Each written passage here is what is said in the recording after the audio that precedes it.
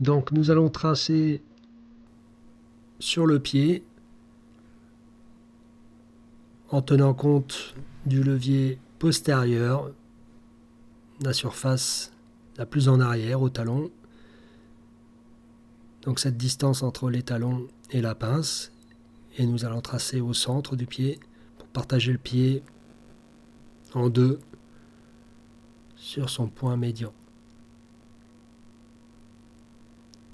Et en croisant ces deux lignes, on va symboliser le centre du pied de façon fictive, mais histoire de mieux visualiser l'application du fer Rocking Shoe 360 qui donnera une incidence plongeante au pied. Donc on gagnera quelques degrés que l'on pourra quantifier avec le rapporteur.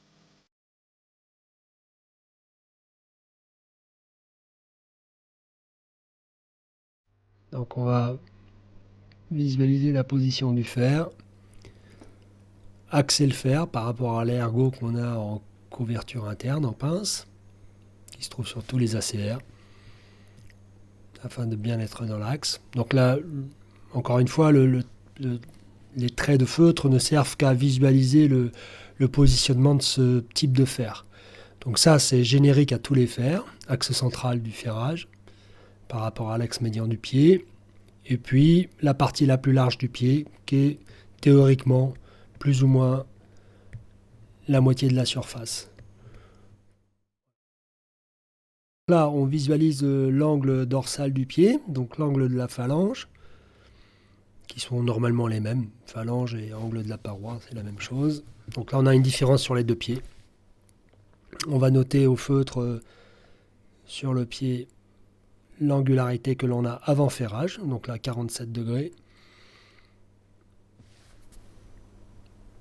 Et on prendra note, on fera la même chose sur le pied ferré pour voir ce que l'on a gagné.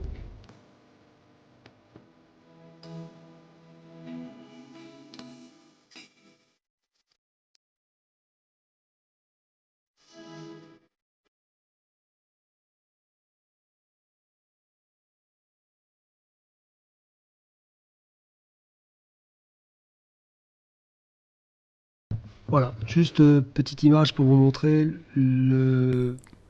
l'effet roller, l'effet rolling total de ce fer. Aminci en éponge, aminci en pince et un point culminant dans les quartiers, lui permettant de basculer très facilement. Tu balances tout seul, tu peux regarder ton côté par là.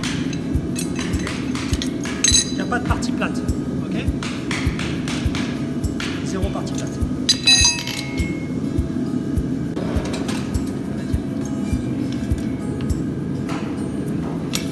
Donc là, le fer est chaud.